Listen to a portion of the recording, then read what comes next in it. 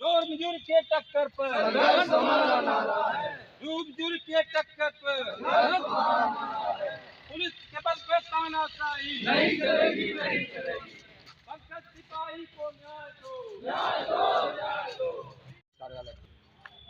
सबको, पूरे समाज को, पूरे मंडल को पता है कि जो 3 तारीख की घटना और 4 तारीख की डॉक्टर अनुज सरकारी के द्वारा घटित की गई, इसी जिले के एक सिपाही जो दलित परिवार के हैं, अनुज सिपाही, उनको पंकज सिपाही, उनको किस तरह से मारा गया, पीटा गया, जो मानवीय संवेदनाओं को झकझोर दिया। और उस तरह से कोई भी कभी अंग्रेज के शासन में उतना बड़ा जुर्म एक उपभोक्ता के खिलाफ किसी भी तरह के दुकानदार, डॉक्टर या किसी भी व्यक्ति के द्वारा नहीं किया गया।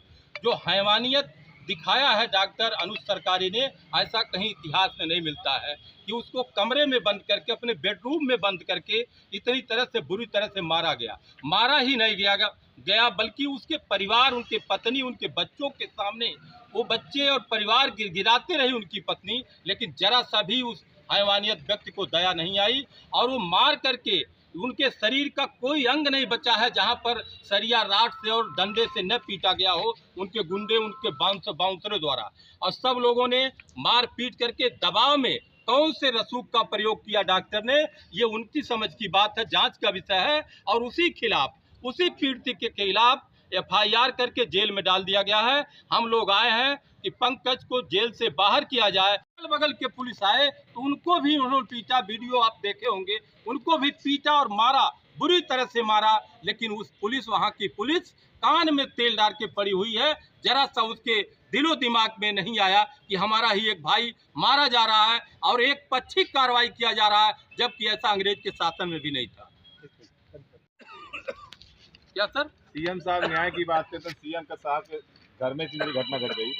अरे न्याय कब देंगे? इससे बड़ा उदाहरण क्या हो सकता है कि एक पीड़ित महिला, एक दलित महिला और गली गली उनके हर दरवाजे पर झांक रही है। वहाँ के अधिवक्ता संघ, हमारे जिले के, वहाँ के व्यापारी संघ, वहाँ के जितने भी भारतीय जनता पार्टी शासन में रहते हुए वहाँ के MLC और नेता, वहाँ के सारे छात्र संगठन, सब लोग विरोध में हैं। लेकिन सीएम साहब के कान में, उनके कार्यालय के किसी भी कर्मचारी के कान में जू नहीं रेंगा है कि कम से कम दोनों पक्ष का FIR दर्ज करके जांच किया जाए, वास्तविकता क्या है इस पर भी नहीं कोई सुनने को तैयार है। और पीड़िता आज तक 3 तारीख की घटना हो गई, आज तक वो सभी दरवाजे पर, सभी प्रशासनिक दरवाजों पर घूम रही है, लेकिन उसका FIR, उसका प्रार्थना पत्र नहीं लिया जा रहा है। इससे बड़ा क्या हो सकता है? कौन सा न्याय देना चाहते हैं? बस यही है कि वो दलित है, वो पिछड़ा है, इसी बेस पर मारना चाहते हैं। वो गरीब है इसलिए नहीं सुनना चाहते हैं। तो यहाँ की जनता